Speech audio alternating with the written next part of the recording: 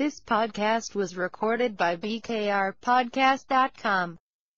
And thank you for staying with us, folks. Hope in a few moments we'll be speaking with Dr. Umar Johnson. I want to apologize for George's phone. Some people hit me up on Facebook and Twitter, complained about the sound of the phone. It was sort of distraction. But that's how it is when you're on a cell phone.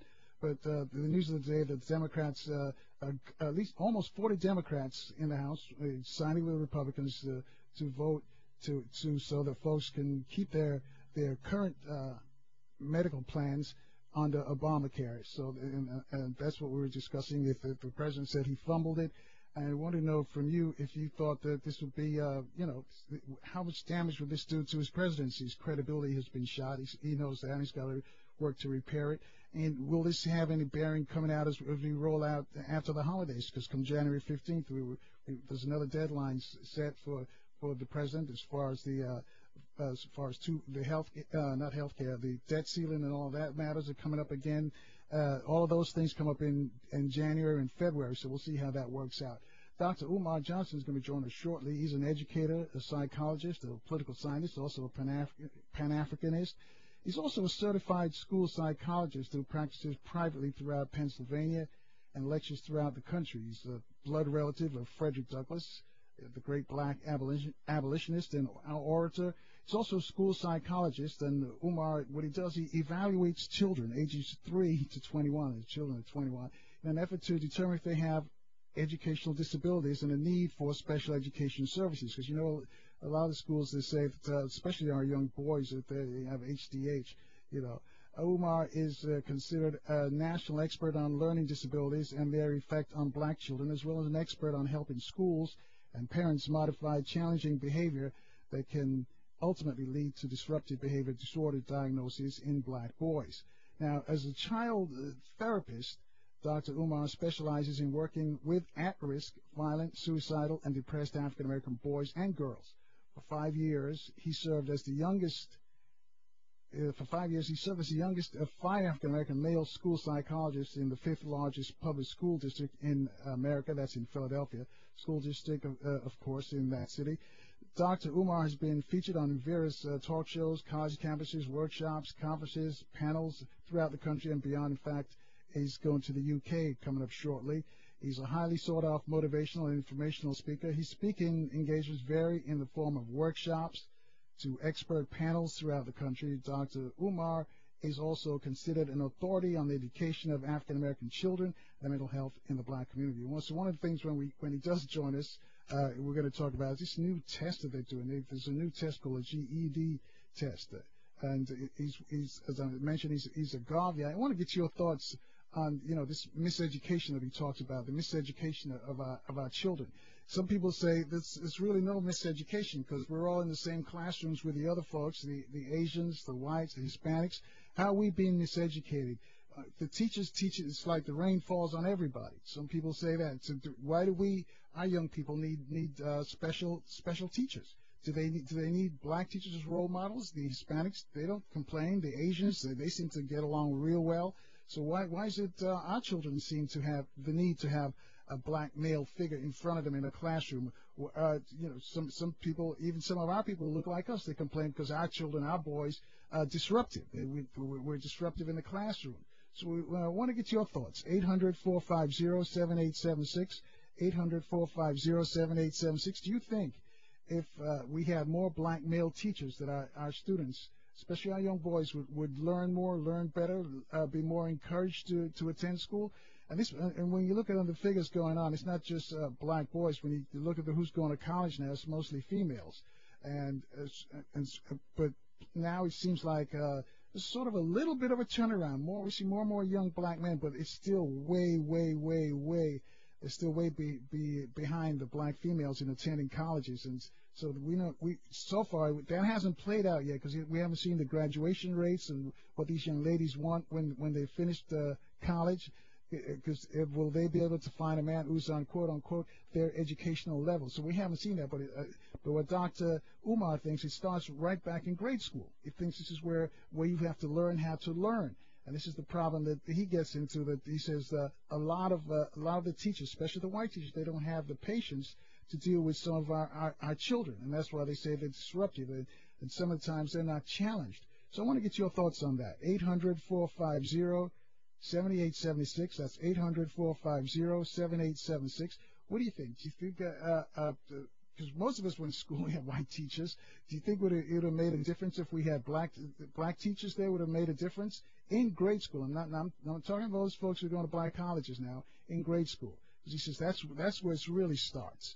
800-450-7876. Let's go to line one. Ed's in D.C. Ed, do you think it would make a difference if we had more black teachers in grade school? Yes, Charles, it would make a tremendous difference, and I think that makes all the difference in the world. But however, even if we How don't, so? Even if we don't teach, we have to make a presence. And let me tell you what's going on, Charles. The thing is, we have to just pretend that we're interested. And a number of things that I'm concerned with, not only in our elementary schools, but in also the colleges. And I'm going to tell you what's happening. I'm a scientist, I'm a PhD physicist, and I'm concerned about our universities as well. But you know what? There are physics departments that are closing down, and a number of physics departments have closed in the last 2 months already in major universities, HBCUs. And the reason why this is happening is because the students in these universities, in some cases in universities, the people that are not showing an interest in these students. For example, researchers.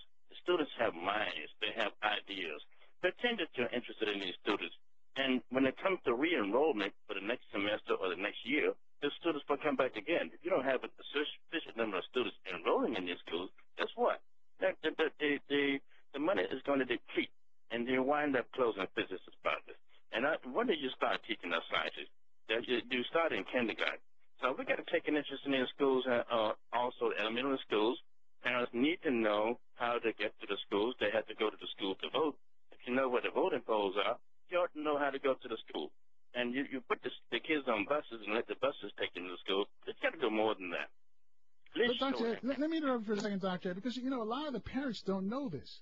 How can they teach their children if they haven't been taught themselves? But guess what? All the parents, even though if you don't know geometry, you don't know mathematics, you don't know all these subjects, right? You know somebody who has a child that may be doing well. Get to know these people and have the child interact with some other children and get them to, just treat them to coffee, donuts, or something. Just treat them to something, or dinner, and have them come to your house and interact with the children and sit down with another child that's gifted. And I give a child an award for helping another child. Even if that child is weak and you have a child in the class that's strong, if that child can help another child pull his grades up, I will increase the grade of the child that's tutoring the other kid. Just to reward them, and just get some help. You can always get help, So I think that's the key, Carl. We can get help. Well, how do you feel about Saturday schools?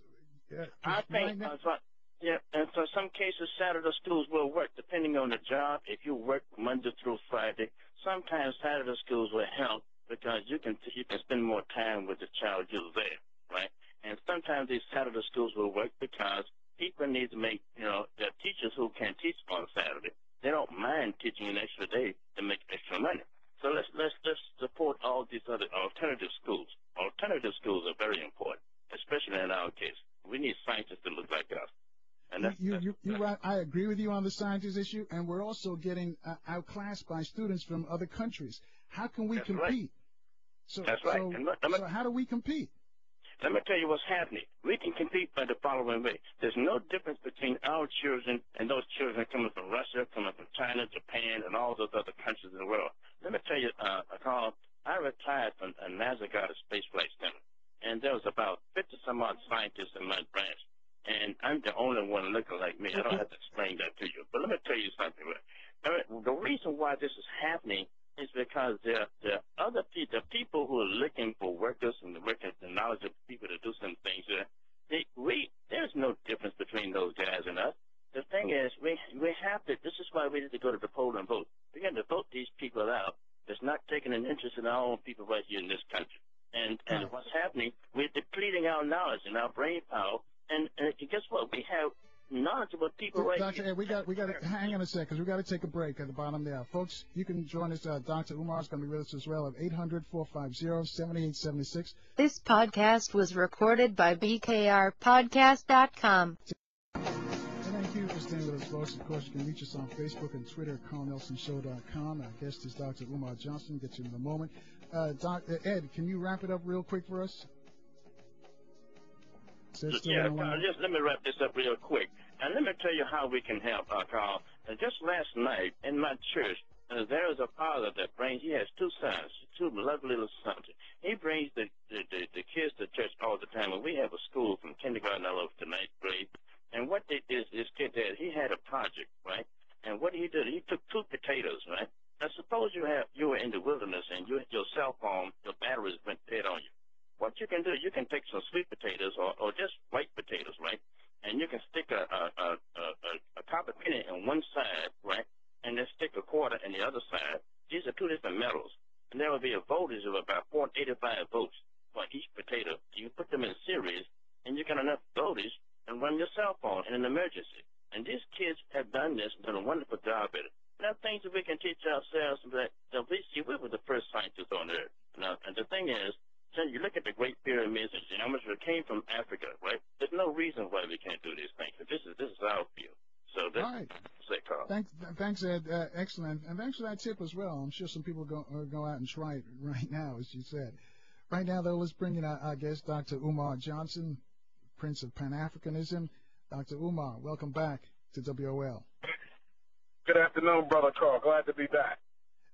You heard what Ed just said. We're talking about, is it necessary for our schools to have a black male figures in front of them in the classroom for our children to learn? Sir. Without question, yes. It is extremely important that our young black males in particular are taught by black men. Even research that comes out of white universities, Harvard, Yale, so forth and so on, has shown conclusively through educational research, social science research, and psychological research that children do better when they are instructed by those who are of the same cultural and racial background. And consequently, that same research also shows that teachers pay more attention to the children in the classroom who look the most like their own children at home. So all adults come into the classroom with a racial and cultural bias towards children who are of their same milieu. And when you add racism into that equation, it gets even worse because not only is the middle-class white female and male showing a preference to the white kids in the class because they look like their own, but they're also showing a lack of preference to the black kids because of centuries and centuries of socialization of African inferiority. So without question, they need to be taught by their own. And I can tell you this conversation is relevant for me today, Carl, because I was at a school today and I was a little upset with some of the kids who I was being asked to test because I felt that they were too young to be getting tested. But guess what? They're being sent to me by who? None other than middle-class white women. And I know that people don't want to talk about race in education, but racism is the foundation of education. And if you don't deal with racism, you will never fix the educational crisis in America's schools because it starts with the white people who don't necessarily care about the black kids they're supposed to be teaching. So what about the Asian kids? They seem to do real well, or is that just a myth? No, Asian kids do well, but the question is why? Black people or black children suffer from a negative stereotype of being intellectually inferior and being disinterested in learning. So at the one end of the spectrum is our children, the negative stereotype.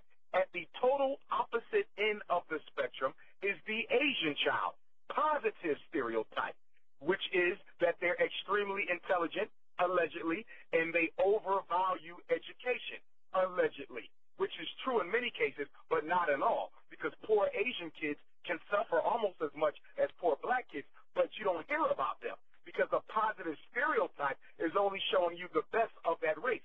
So when white women get an Asian kid in their child, they naturally pay more attention to them. Why? Because if this child does not achieve, I also expect to hear from two Asian parents who want to know why their superly intelligent Asian child is not superseding in that classroom. So they benefit from the positive, whereas we suffer from the negative. And we got to be clear, Carl, the number one predictor of academic outcome in the classroom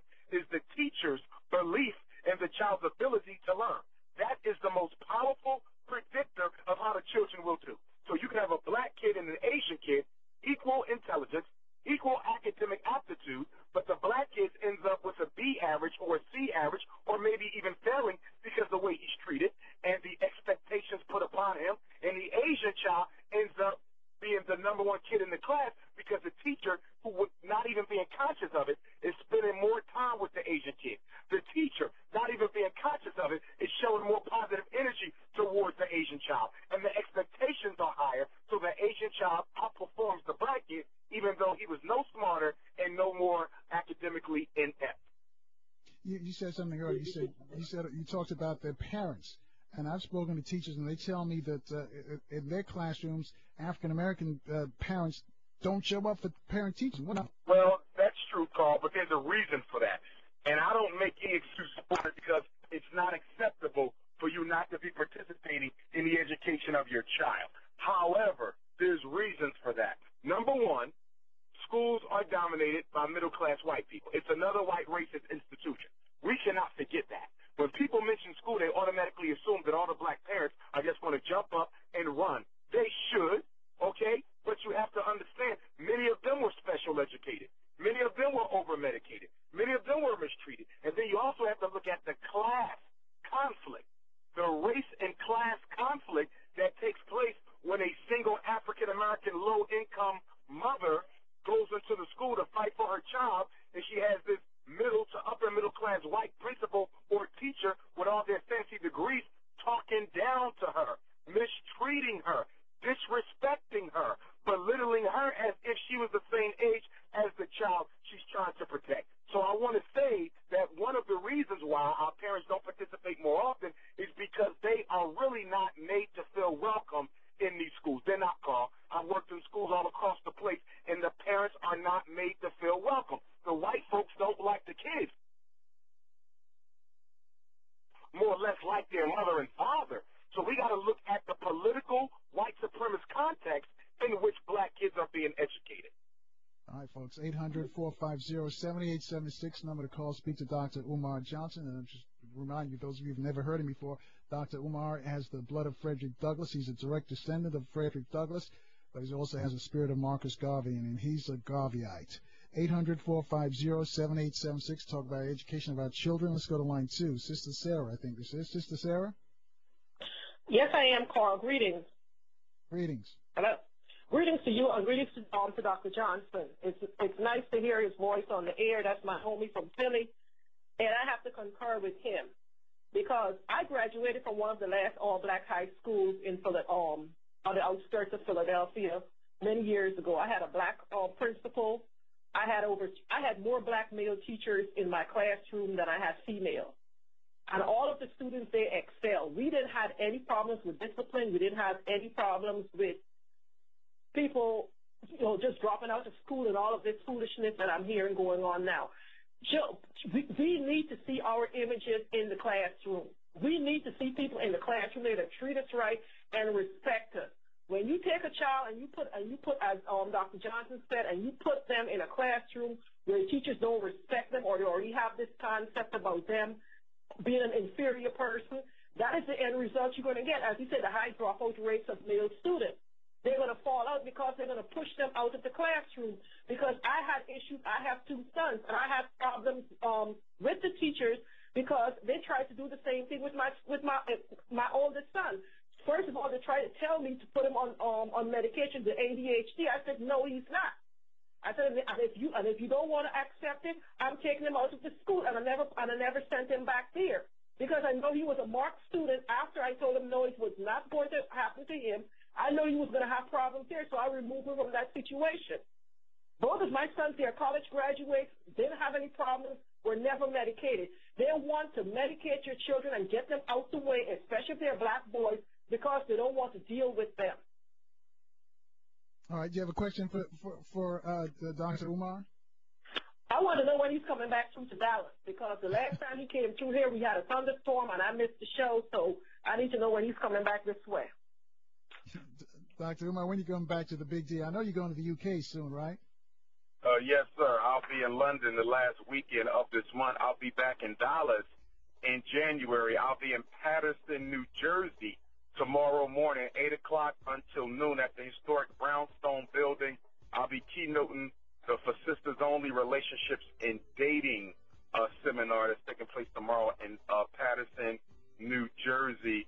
Looking forward to Louisville as well, Carl. Saturday, December 7th, I'll be in Louisville, Kentucky for the first time, and then the next day, Sunday, December the 8th, and Monday the 9th, I'll be in Toronto, Canada, and it's been almost 2 years since I've been in Toronto. All right. So looking Hang on forward. a sec, Doctor. We got to take a quick break. Sure. Folks, whenever you know that he's in town, you better go see him. It's a different presentation than it's on the radio.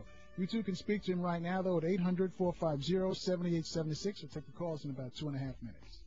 This podcast was recorded by BKRPodcast.com. What month, but we're definitely certain 2014, and it might even be the first day of the new year. We're going to get a new GED test, the General Education Equivalent Developmental Test. You know, for people who did not get their traditional high school diploma, they may opt for the GED. Well, guess what? The GED is to get 4 times harder than what it was. They are now reconstructing the GED so that it is just as hard as the graduation tests that are sweeping the country. The new GED is into the Common Core curriculum, the new national movement for a high school, or excuse me, a national movement for a K-12 grade level standard that will be uniform across the country. They're linking the GED to that. It's going to be totally computerized. It's going to cost you more money to take it. It's going to include subjects like calculus and chemistry that were not previously on there. And the reason they're doing this, Carl, is because with the new graduation high school test, they anticipate that a lot of black kids are simply going to drop out and settle for the GED because the high school tests are going to be too hard to pass. So what they're doing is they're making the GED just as difficult as the high school test. So now there will be no back door to a future. If you come out the front door, you got to deal with the GED test. If you come out the back door, you got to deal with the high school test. And all roads lead to mass incarceration. Wow. Parents, you have children in high school, be warned. You heard what he said. Tests are going to get harder. Keep those children in school. We talked about, well, I'll tell you what, we'll take some calls. 800-450-7876. We'll get back to what I wanted to ask you in a moment. Let's go to line 1. James is in D.C. James, you're on with Brother Umar. Is James there on line 1? Yeah. Hello? Yes, you're on with Brother Umar. How you doing? Hello? Peace and love. Yes, sir. I agree with you 110%. And I think one of the major problems is, as an educator, our children have a fascination with Europeans. You can sit in the classroom as an African male or female and give them the absolute truth with a PhD or master's, and they will not believe that you're intelligent enough. Somewhere along the line, we have allowed our children to have more faith in others other than us. And that's a major issue within the educational system. And then we're taking on a European paradigm in how we approach education. By that I mean we don't demand it. When I went to school, not doing well wasn't an option. I was never asked what did I want to do. I was told this is what you must do in order to be successful in life. And trusting in those who look like me, and that was the key thing you said, I really appreciate that. Those who look like me, I believed it and I followed through with it, and their word was true because they knew. They had my best interest at heart. James, do you have a question for Brother Umar? Oh, my question is, when are you going to be in D.C.? And also, how does one get you to make your presentation within the school system? Because there are some teachers in the union that need to hear what you're saying. Okay, two answers. Number one, I'll be in Baltimore for the entire first week of December. I'm going to be doing a juvenile conference with some of the young folk down there who got themselves caught up in the legal system. So I'll be there, getting there Monday night, and then I'll be there Tuesday, Wednesday, Thursday, leaving out Friday morning. So basically Tuesday, Wednesday, and Thursday, the first week of December, I'll be there, and I'll be speaking on December 5th. I think that's Wednesday, but December 5th in the evening, 6 to 9, is going to be a program in Baltimore, and anybody who needs that information about the December 5th Baltimore program, you can just text me for that information. And then I'll be at the University of Washington, D.C. for a play. There's a play that's going to be taking place. They say UDC? You're going to be at UDC? Yes, UT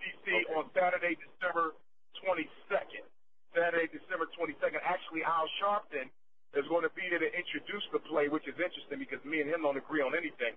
But we'll be there together for that particular event.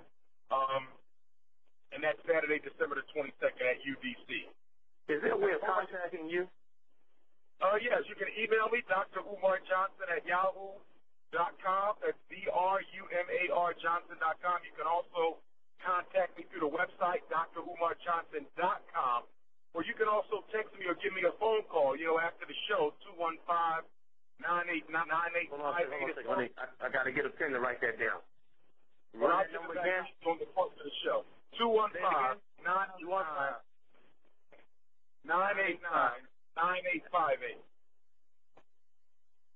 I'll give it out again. We'll give it out again, James, before the end of the show. And folks, whenever you hear Dr. Umar's in town in your city, you go and see him and take the children too. There's a lot of learning, a lot of stuff that he talks about that we can't talk about on the radio. And there's a lot of ways his presentation is different in person, because a lot of stuff, as you know, you just can't say it on the radio, but you can say it in person and say it in the way that you understand. 800-450-7876. Let's go to line 4. BJ's also in D.C. BJ, you're on with Dr. Umar Johnson. Good evening. Good evening. I am an educator, and I see one of many, many, many problems that our children are having is the self-esteem issue, the leftover residue that is still there from slavery and the mentality of that. Along with that, another big, big problem is for some reason for children in low-income areas, black children, the mentality is, oh, you went to school so you can be a teacher. And they don't have the training. They don't have the background information or anything to be teachers. They stick around for 2 years. They get some, money paid back for their loans, and then they move on. And our children are suffering with these people who will give them candy and cookies and anything just to keep them quiet, and are not really educating them. Another thing that's against our children, charter schools. They are hiring these teachers that are not teachers, that are only sticking around for 2 years. And I'd like to know, what do you think of that? Well, number one, I largely agree with you. The charter schools were designed to destroy public education, and unfortunately, even well-meaning charter school founders and CEOs and principals are kind of handcuffed to hiring these white racist females, because when you operate a charter school, you're still under the jurisdiction of the public Department of Education, and you're under the supervision of the local school board, which largely requires that at least 75% of your staff be certified. In some states, 100% of your staff have to be certified. So a lot of black folk don't have their teaching certificates. A lot of black people, and I do believe it's a conspiracy, are not passing the national teacher examination of practice in the state exam, and I think it's a conspiracy, because there's no way that it's so hard for black people to pass that test when the white women are not having trouble passing that test. Without question, there's a conspiracy there. And when you open up a charter school, you're still bound by those rules. So you might know a lot of excellent teachers, but if they're not certified, you cannot bring them in, which is why I'm not even bothering to play around with charter schools, because I know that they were never designed to help our children, just like public school was designed to fail. Public education was engineered to fail for black children. So what we have to do is be about the business of what the Honorable Elijah Muhammad did, and be about the business of what the Right Excellent Honorable Marcus Messiah Garvey did, and that is build our own schools for our own children. I believe in independent African schools. I do not believe that charter schools are a solution. We have some very good charter schools, but they are Band-Aids.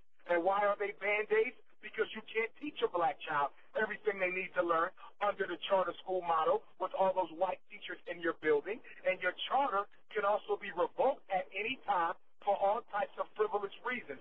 Right now, we have a record number of black-run charter schools across this country being up for the so-called financial and fiscal mismanagement. So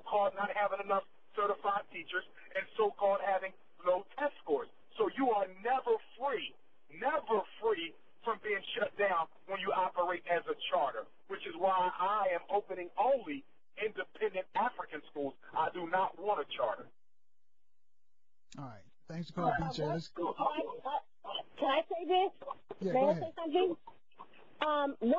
One of the realities is that for the District of Columbia, you can work in charter schools and public schools without being certified for 2 years. That's one of the problems. You don't have to be certified for 2 years, and then they move away. A lot of places have closed down schools of education. A lot of black folks are not going into education.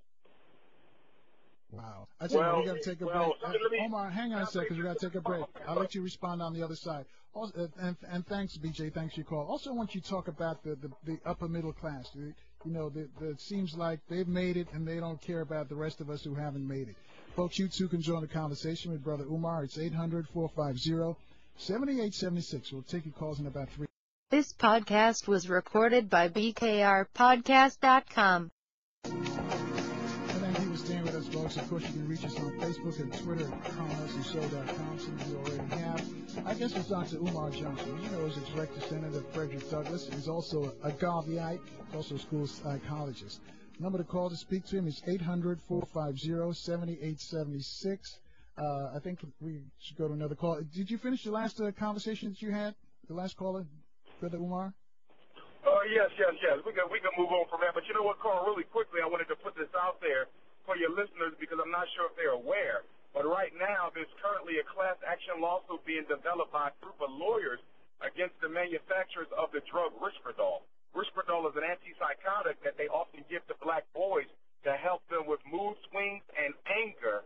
And they found that Risperdal has the side effect of creating too much of the hormone prolactin in the bloodstream of developing black boys. And it may even be true for boys in general. Prolactin is the hormone that is in abundance in women after giving childbirth because it helps them grow breasts and lactate so they can feed their offspring. Well, guess what? Risperdal is also having the side effect of leading boys to grow breasts and drip milk out of their breasts for taking the psychiatric medication. So black parents need to wake up because this is getting serious. Wow. Mention that drug again, Dr. Umar. It's called Risperdal, RisperDal. If your child is taking Risperdal, you want to contact an attorney. You also want to get in contact with the attorneys that are leading the class action lawsuit. You can find them on the net because they're all out with the exposure of this. But again, prolactin hormone is in abundance in boys who are being prescribed Risperdal. It's the same hormone that makes women grow breasts and lactate and is leading many of our boys to grow breasts and also lactate. Wow. 800-450-7876. Go to line 5, Jackson, D.C. Jack, you're on with Brother Umar Johnson. Good evening, Carl and Dr. Omar. Dr. Omar, listening to you, I have a question. D.C. is predominantly black. Well, it's changing, but for the most part is a high percentage of black teachers. Why is the performance of the school so poor? You're referring to black neighborhoods now, right? I'm preferring schools like Dunbar. My goddaughter goes to Dunbar, and the principal can't even pronounce her last name. The poor child goes up for awards for academia, honor roll, and he can't pronounce her last name. Now, her last name is Gucci, and I'm not going to pronounce the rest, but that is pathetic. But moreover, I'm wondering what is the problem with the D.C. schools, which are manned predominantly by black before Brother Umar answers, let me ask you this. Do you think he's deliberately mispronouncing her name? He says he can't, and I said, I bet you if it was written on your wife's handbag or a pair of shoes, you'd figure it out. It's Italian, and it's not that difficult. All right, Jack. Brother Umar? Yeah, Carl, restate the question for me, please. I didn't check this. Go ahead, Jack. The poor performances of D.C. schools, which is probably one of the worst. Well, number one, as I was saying earlier, the public schools in the inner city are designed to fail, and they're being engineered to fail right now. And the reason they're being engineered to fail now is they want the schools to do poorly on purpose so they can justify shutting them down, turning them into charters, selling them off, and then bringing in private managers. Remember, there's a national movement to eliminate public education, and it is growing. Charter school education is part of that movement to destroy public education. The voucher system is also part of that movement, and the poor performance is part of that movement as well because it helps to justify why you're shutting the schools down. This is all by design. This is not an accident. This is by design. They want public school gone, and we're going to return to the days in America where your child will only get to go to school if you could afford it, and if you can find one that will take them. That's where America is heading. That doesn't make sense. No, it makes total sense. It makes total sense.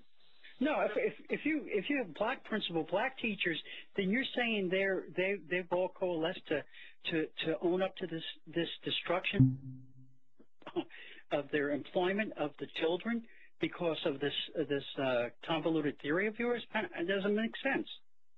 I think we just lost him. So hang on a second, Jack, and we'll kick it around until he calls back. So you disagree with what Dr. Umar is saying, that the collusion between the teachers and the principals in these schools to keep down black children? Jack? Yes, because they're going to destroy their own livelihood and their own jobs. What I think Dr. Umar, and I can't say for him, but I think what he's implying is that they may be doing this subconsciously, not knowing that this is what what the results are, what they're doing, but they're doing it.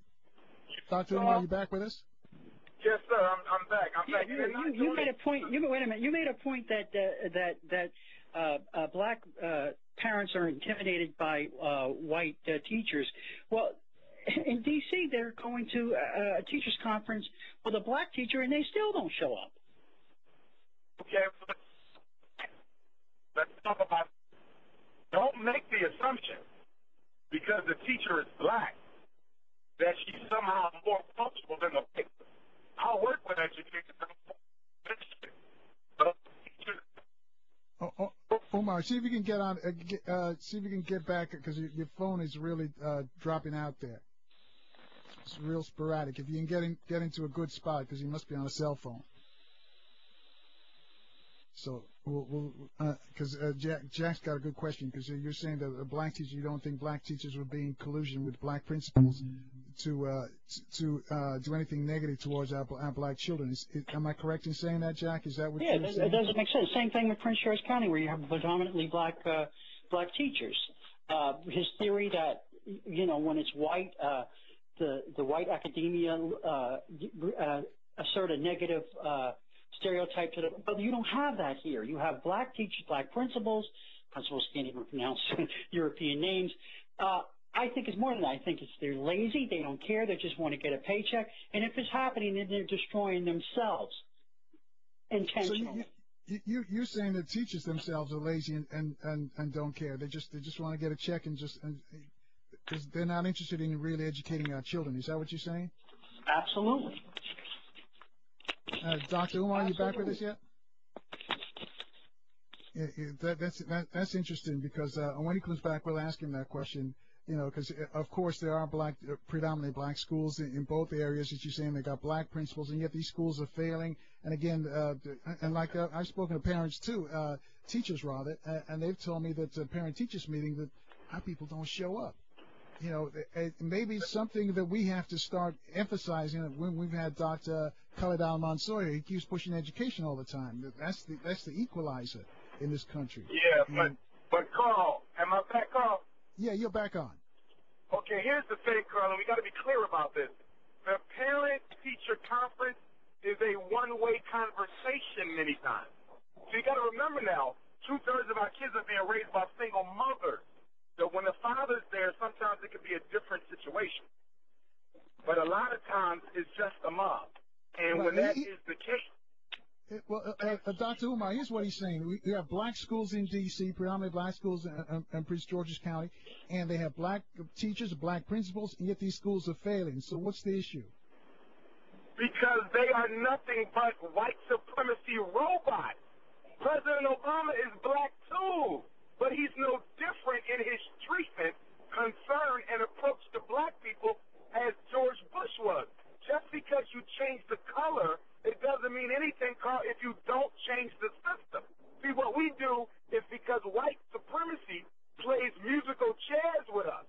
They play musical chairs. We're going to move the white president, put a black one in. We're going to move the white principal and put a black one in. We're going to move the white teacher and put a black one in. But you did not change the system. So it still functions the same way. It's still no more friendlier to the black parent. In fact, it can get worse, Carl, because sometimes black self-hate can be worse than white racism. Wow. Hang on right there because we're going to take a break. 800-450-7876. Thanks, Jack. Thanks for your call. Folks, you too can join the conversation with Dr. Umar Johnson. We'll take your calls right after this short break. This podcast was recorded by BKRPodcast.com. And thank you for staying with us, folks. Of course, reaching us is real easy. It's 800-450-7876, or you can hit us up on Facebook and Twitter. Some of you already have some questions for Dr. Umar Johnson. But right now, let's go to line 1. Let's go out to Baltimore. Darren's there. Darren, you're on with Dr. Umar. Yes, sir. Let me say peace, brother, and hotep to Dr. Umar Johnson. How are you, brother? Peace and love. Good. Yes, sir. Shalom. Well, let me start off, brother, by just saying thank you, man. It's an honor to speak to, of course, the Fresh Prince of Pan-Africanism once again. I've been scanning the internet and came across these beautiful dolls as well as the book. So let me ask, where can a brother pick up one of those Pan-African dolls in terms of the Prince of Pan-Africanism? And also, I think there's another project that you've been working on that I came across in addition to the dolls, was also to look at perhaps audio books. I saw with Professor Griff now has an audio book out since we're dealing with our people learning in many different ways and forms. So, one, where can we pick up one of those dolls? Two, will there be the audio book coming out? Okay. As far as the dolls go, they're not ready for mass production yet. We're still trying to tweak them. And what I'm trying to do with the doll, with the Prince and Princess of Pan-Africanism dolls, is I want to give our children, you know, a black doll that looks like them with a nappy head. There's no dolls currently on the market that has natural hair on the female. And that's a problem because all that does is teach our young sisters to hate their natural grade of hair. And I'm trying to basically, you know, take a page out of Marcus Garvey's book. You know, Marcus Garvey had a black doll factory where they made black dolls for black children. And this is way before the Kenneth Clark doll study. Mr. Garvey was doing this. So I'm just trying to go back to that, to some basic things with the doll. I'm also working on a black comic book. Now, we do have other black comic books, but this one is going to be different because I'm going to teach history, culture, political, military science, and white supremacy and Pan-Africanism through the Prince of Pan-Africanism comic book, which is going to be modeled after my career, on a sort of like a Dark Knight situation where he's a school psychologist by day, but he's the Prince of Pan-Africanism by night, saving black people from the trappings of white supremacy. And then the third project is the documentary, The War Against Black Boys, which hopefully will be out next summer, 2014. If any of the listeners have a testimonial that they're willing to offer for this Made for the Movies documentary, then I need them to text me their first name, their city, and the word documentary to 215-989-9858. I will begin doing interviews in the new year for the documentary. We really want to wake people up with this documentary. Yeah, I share you, brother. I agree. My last question was around what you were talking about before you went to break, talking about blacks in terms of being in control or positions of control, but clearly the whites still control the input, so they will control the outcome. Can you speak to the foundations and how these foundations have given money through the Obama administration's Department of Education and Arne Duncan with the race to the top, and how ultimately that works to destroy the public school systems as it relates to blacks as well, brother. So thank you. Well, one of the most Machiavellian things that was done in public education was done during the term of former President George W. Bush. In fact, he dropped 2 weapons of mass destruction on the black community. The first one was the faith-based initiative, which effectively turned black clergy into the new agents, FBI, faith-based initiative. That's why it's called FBI. By giving the black churches federal funds, they were able to effectively turn the churches into spies and snitches for revolutionary activity in the local community. So that was the first weapon of mass destruction. The second weapon of mass destruction that former President George W. Bush wreaked on the black community was when he put forth No Child Left Behind. No Child Left Behind basically reduced education to two things in the black community. Number one, a test score, which we knew we wasn't going to do well with because we're being miseducated intentionally by white women, and they're white women who are poorly trained to be teachers on top of that. So by converting or by measuring educational success by test score, you basically painted off black education as a failure because you know our children are not prepared to pass these tests, which then paves the road for you to charterize all the schools and to voucherize all the schools and to ultimately exterminate all the public schools. And why? Because black people are no longer needed in the American social order. And that's why you see such a widespread attack on public education, started by Bush, but is now being finished by President Obama with almost no resistance or outcry by the black bourgeoisie who claims to be so concerned about the conditions of our masses. That's right. I agree. Can you tie that? My last question, if you can tie that into how we're seeing corporations now rewriting many of the labor laws because of, and this ties into the new immigration law. Can you talk about that and how that will further accelerate, again, our being displaced and perhaps erased right now when we look at where this country is moving, brother? And with that, I say thank you, and I shave for your work you're doing. Thank you. Well, first of all, I would say this. I would make a unfortunate and undesirable prediction, and that is by the time President Obama is out of office, black life in America will be identical, if not worse, than what it was in 1960 on the eve, or at the height, rather, of the civil rights movement. If we keep sitting by and going up and let sellouts like Al Sharpton tell us that Obama is the best thing to happen to black people since Jesus Christ, and we just sit by for the next 36 months, we are going to be in a world of hurt when that man leaves office, because everything that white supremacy wants to do to black people, they're doing it behind the black face, behind Obama than they've ever done behind any other president, because you can operate more freely with a black face because you have an alibi. As far as the corporations go, the Rockefellers actually invented the 501c3 corporation to actually finance the same people that they are destroying. That's one of the reasons why Spelman College in Atlanta, and I'm not against any of the black colleges, but Spelman was actually built by the Rockefellers. It's actually named as John D. Rockefeller's wife. Okay, he built a black college and at the same time helped set up the exploitation and domination of Africa and also helped to finance the modern AIDS epidemic in Africa.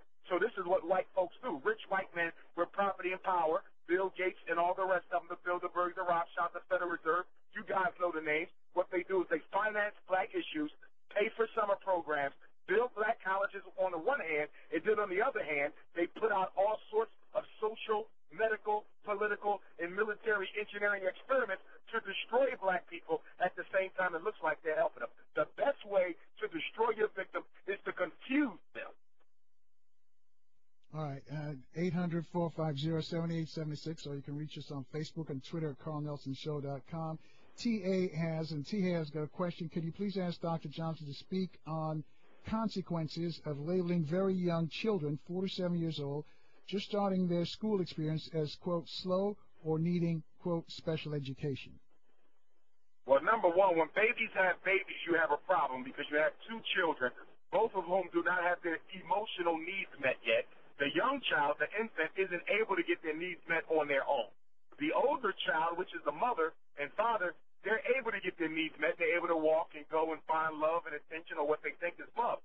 So what normally happens is a younger child gets neglected, and they end up repeating the same cycle. And that's why you see teenage pregnancy goes in cycles, because the child that's born is going to be neglected just like the mother who went out to have the child at a premature age. And that young mother isn't going to get that child appropriate supervision, which sets up that child becoming pregnant themselves. In fact, in sociology, there's a term for this intergenerational pathology, and it's called the generation recidivism theory, which basically says psychopathology reinvents itself every generation, Carl, and this also helps explain post-traumatic slavery disorder, because psychopathology reinvents itself. So even though you're out of slavery, you still worship like Jesus, you're still scared of white people, and you automatically socialize the next generation to behave the same way that you behave. So you look at us today. Some of us are about 5 generations outside of slavery. My great-great-great-grandfather was a slave, so that's 5 generations outside of slavery, and we're still afraid of white people. We still love white Jesus. We still don't do anything for ourselves because you can take the slave out of slavery all you want, but until the slave takes the slave out of himself, they're never going to be free. We have to have a campaign against teenage pregnancy because a lot of the mayhem and chaos that we see in the black community right now can be directly traced to children who were raised by children. 800-450-7876. Go back to our phones to line 3 up in Boston. Karen's waiting for us. Karen, you're on with Dr. Umar Johnson. Hey, how you doing, Dr. Umar and Carl? What's going on? I have one question. I'm going to hang up and just have Dr. Umar answer the question. So I'm married. I have 3 kids with my wife, 2 girls, 6 and 2, and a boy at 7 months. And I need to know, like, what I should be doing with them because most likely they're going to be in public school. My daughter's already in public school. She's in the 1st grade. And you know, I'm getting kind of scared that, you know, my boys, you know, it's going to be the same thing, same public school, same issues. So I just want to know what I could be doing at home. I mean, we can't do homeschooling because my wife and I both have to work. So what can we do to get them prepared to face everything that they're going to face? You know, I'm trying to push, you know, little things here and there with my daughter, but, you know, she's kind of, at 6, she's kind of young for a lot of it. You know what I mean? And I'm trying to kind of ease it down a little bit, but there's no way to kind of ease it down because it is what it is. You know what I mean? So I'm just going to hang up and just have Dr. Umar. Thank you very much for all your work. And that's it. I got you. From birth until age 10, you are to build their self-esteem. From birth until age 10, you have to make sure when that child hits 10 years old, they have an unshakable self-confidence, an unshakable degree of self-esteem, and an unshakable positive and reaffirming self-concept about themselves.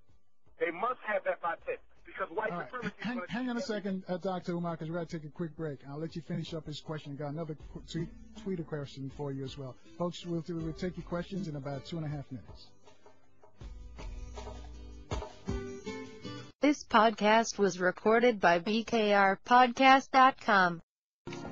Thank you for staying with us, folks. And, of course, got questions for Dr. Umar Johnson at Facebook and Twitter, CarlNelsonShow.com. Or you can do the conventional method, 800-450-7876. That's what Karen did. And he wanted some advice for rearing his 2 boys, I guess boy and girls. Brother Umar? Well, no, as I was saying earlier, Carl, the self-esteem is key from birth to age 10. In fact, sometimes a lot of conscious black parents will feed their kids a lot of knowledge of self, but when you look at the way in which they engage their children, when you look at the way in which they punish their children, if you look at the way in which they talk to their children, even though they're giving them knowledge of their history and culture, they're actually destroying their level of self-esteem by the way in which they belittle and interact with their children. So it's important to understand that self-esteem doesn't just come from knowing your history. It comes from how you're being treated and valued by your parents and making sure you spend time with your kids. Because a lot of kids being raised by black activist parents are developing low levels of self-esteem because the parents are never making time to spend with them. So we got to recognize something. The history and the culture and all that's good, but that by itself isn't going to get the job done. That relationship, that bond, that attachment, okay, that oneness that you need to have with your children, that's going to be way more important in the early years, more important than knowledge of self, to making sure they have an unshakable level of motivation and self-confidence and self-esteem that they're going to need to buffer them against the hits they're going to take from white supremacy across their entire lifespan. Once they hit 10 years old, that's when you really start giving them the knowledge of self. 10 to 20 is the knowledge of self. That's the other half. The one half is the motivation and self-esteem. That's going to come from the relationship. The other half is the knowledge of self, and that's going to come from the history and the information. And it's important that we make sure we give them both sides and not just one side. So what I would say to that brother, make sure that you spend time with your sons, which I'm sure you do, and your daughters, especially those girls. And if you do that and do that well, you would have gave them a foundation that will make them unshakable, irrespective of whether or not they become masters of their culture and history. All right. 800-450-7876. Greg on our Facebook has a question for you. Wants to know if you've heard of anything, a collusion between the nation and the Scientologists. I'm going to pass on that. You know, I've heard the rumors like everyone else has, you know, but I'm going to pass on that. I don't want to pass judgment on the Nation of Islam. There's more than enough ministers of the nation who can answer those questions. I'm not a member, and I wouldn't want to speak on their behalf. All right, cool. 800-450-7876. Go to line 2. Mrs. Richardson in Chevy Chase. Mrs. Richardson, do you have a question for Brother Umar? Yes, I do. Yes, good evening, dear, and to Brother Omar. He's just so fascinating. I'm on my second cup listening to him, second cup of coffee. You know, Brother Omar, you're right. Now, I want to know, though, because you mentioned self-hate, that blacks tend to have this version of, well, I think it was something that was pretty much, I think you understand, too, that it was pretty much instilled into them 5 or so, well, how many hundreds of when that the slave master started, you know, and they put this hatred in them to divide them and everything. And I think during the course of 500 or how many, I don't know, I think blacks have been here long before that, but they're saying 500 years. But that's a long time right there. That's enough time to do what you're saying by design, which it is absolutely 1,000-degree correct. It's by design how they have done black people. Why they hate them, I don't know. You know, all the history I've known, blacks have served them, breastfeeded their children, took care of their cooking, and I just don't understand it myself. And I'm an old woman, Brother Omar. I don't understand it. But now we have other people coming into the country getting prioritized over. Our Africans are no longer even looked at as second-class citizens. They're third and fourth. If you listen to Dr. Claude Anderson, you know him. He knows. And he's saying we're fourth ranked now because the Asians are even before us, and these Hispanics are getting special treatment priorities. Illegals coming in, and they're especially getting attention, prioritizing them and putting them in neighborhoods and to live. So there's a lot of stuff that they're not even telling us that they're doing behind black people's back. Like you're saying, they don't want us to know the truth about the brilliance of black history, the Egypts and the pyramids and the kings and queens. They don't. That's why black children don't like themselves, a lot of them, because like the man said earlier, they get this white education and they think the white man is everything. They feel that he knows everything, and they have no understanding of themselves, and that's because they have never been taught their history, the greatness of all these wonderful people. You know, they don't know. So all right, can you put in a question for him first, Ms. Richardson? Yeah, but Brother Alma, could you tell me, as a question, what in the world, how soon is it going to come, this doomsday?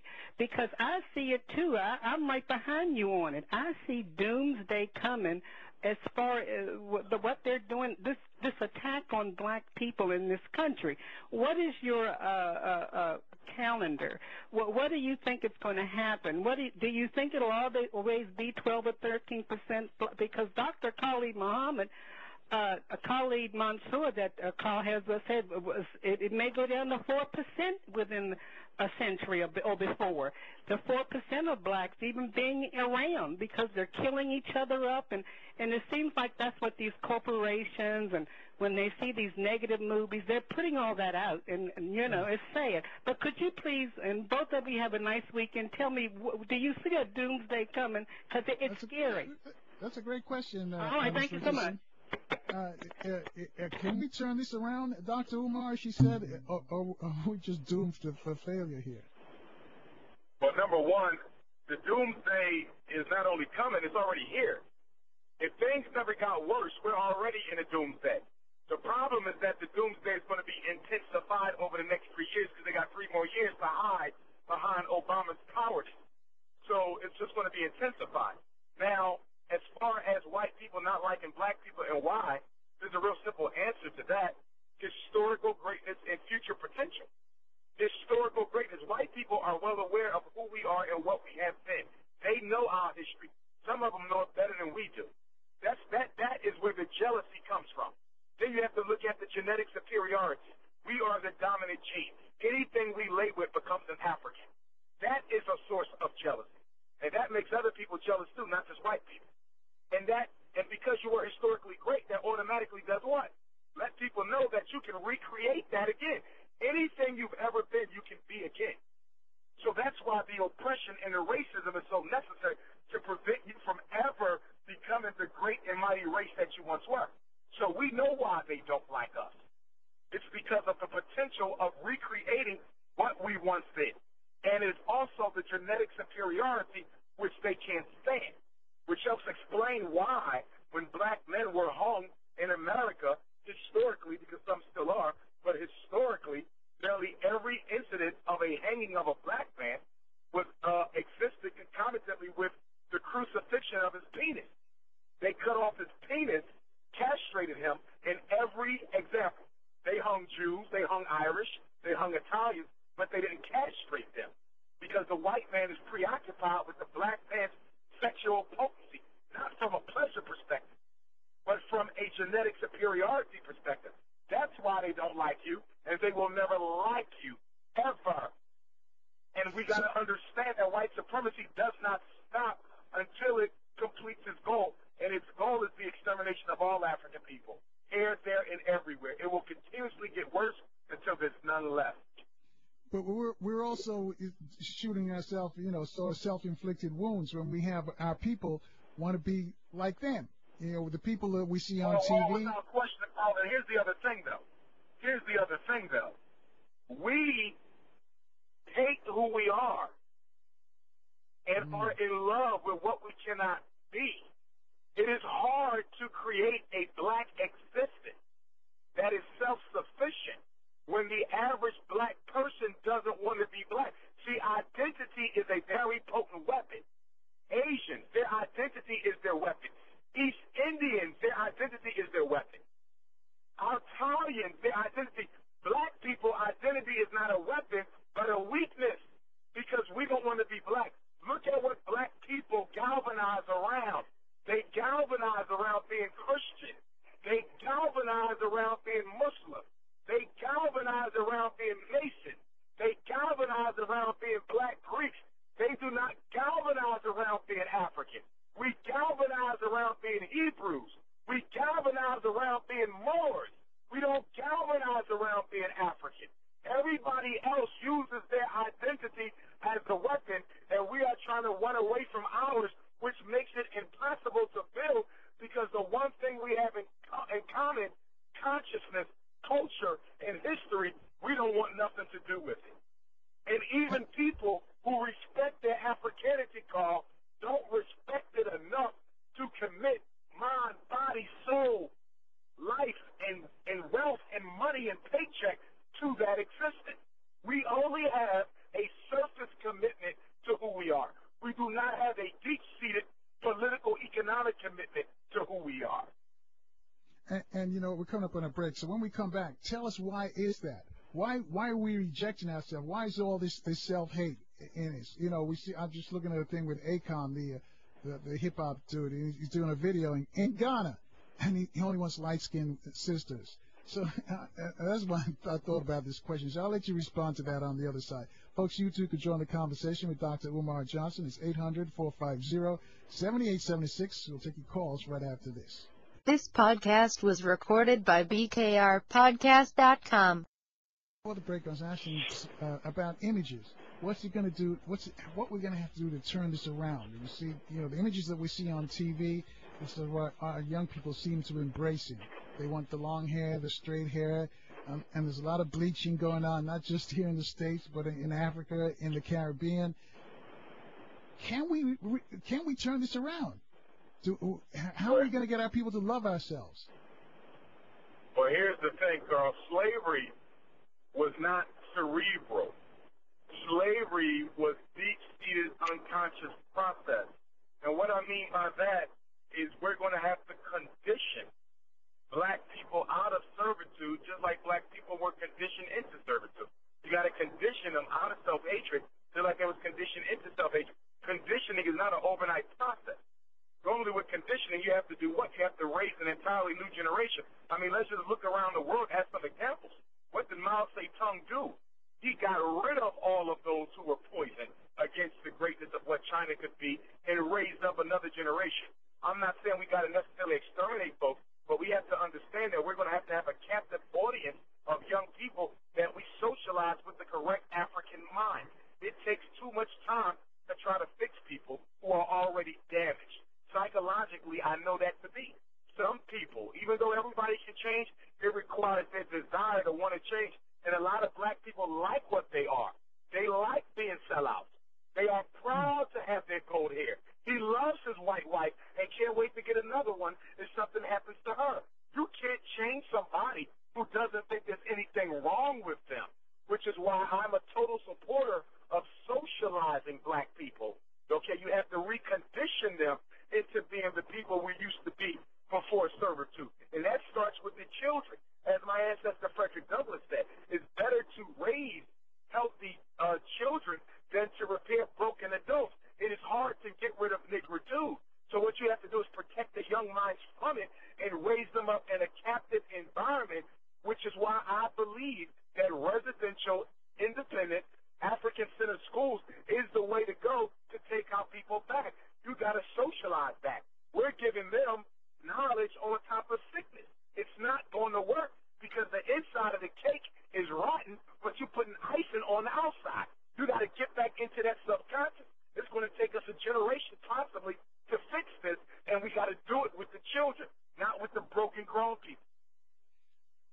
So what do we do with the quote unquote broken grown people? We have to interact with them. You have to find the ones who are reparable and leave the rest.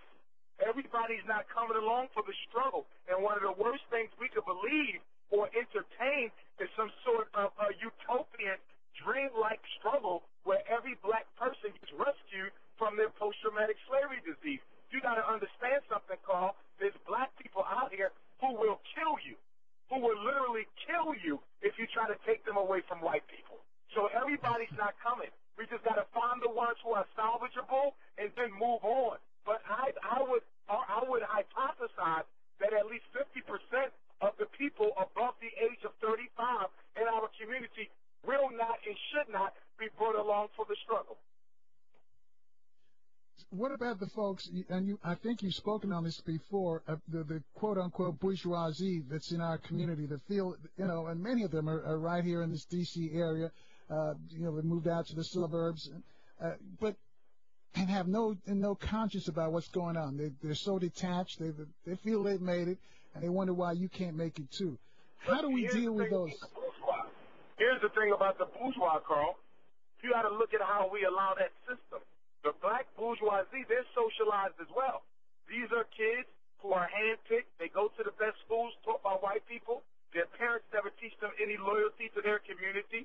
They're given scholarships by white people. They're given jobs by white people. A lot of these bourgeoisies are biracial kids who were raised in adopted and foster parent situations by white people. So they have some serious underlying psychological issues. The black community is as guilty in the creation of the bourgeois as is white supremacy and the bourgeois themselves, because we don't do anything to reward our best minds. The bourgeoisies are the blacks who are rewarded by the white people. As I always say, I could have become one of them. I was one of the ones who was handpicked, sent here, given scholarships, done that kind of a thing. You see scholarships from high school, not from college.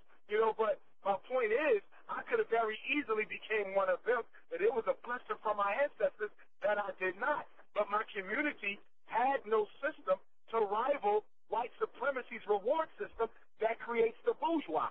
Black people are self-hating, so they're automatically going to drink from the titty that feeds them. And if we don't have a breast that's going to feed them, they're going to keep on drinking from the breast of white supremacy, and you're going to get more bourgeois than what you have now. Because that's where it seems like most of our people want to be. They want to be like the bourgeoisie. So again, tell us how, when we see this operation taking place, how do we turn that around? Because it seems it's almost impossible, as conscious black folks, we sit and we watch.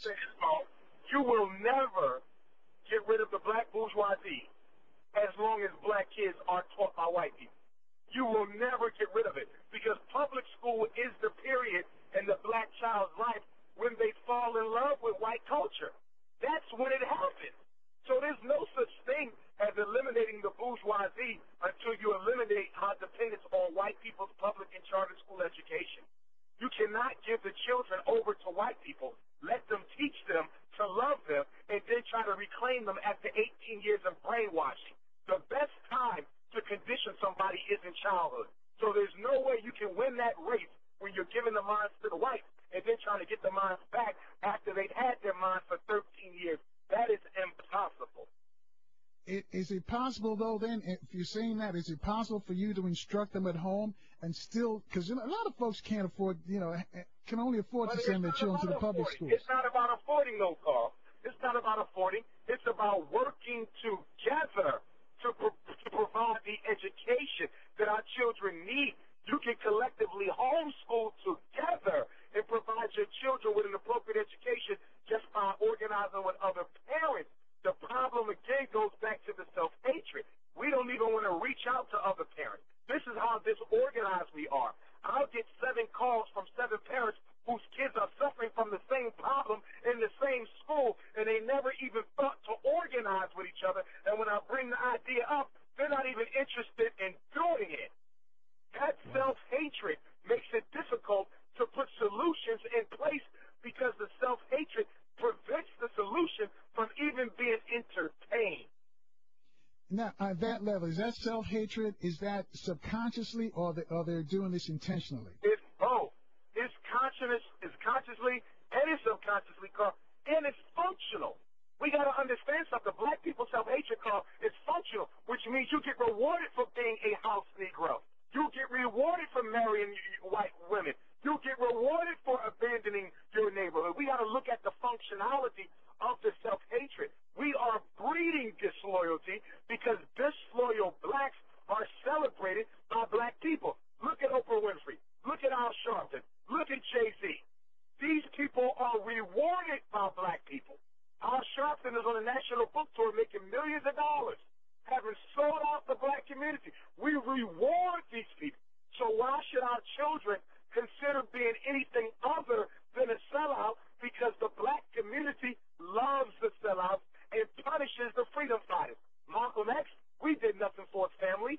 Dr. King, we did nothing for his family. Ida B. Wells, Fannie Lou Hamer, Marcus Garvey, we did nothing for their family. So our reward system rewards the sellout. It does not reward the freedom fighters. And until we change that, we won't be able to change anything else. How do we change that? By starting with the children and conditioning them from youth. You got to take them straight nearly from their mother's breasts. Once they're done the suckling phase at around 5 or 3, they come straight to us. You got to have that mind captive until you have conditioned it. Look at what the military do. They take you in for 3 months. They put you through a boot camp to clean out their mind and put back in it what they want. And then after you get out the boot camp, you're still constantly being reinforced with the messages you were taught in boot camp. What they say, once you're a Marine, you're always a Marine. My father was a Marine. Okay, the conditioning process, Carl, is so strong that no matter what you do after becoming a Marine, you stay one. Because whoever gets to that mind first is the winner. Whoever gets to the mind first is the winner. We're getting to the mind too late after white supremacy has already taken it over. We got to start with the toddlers.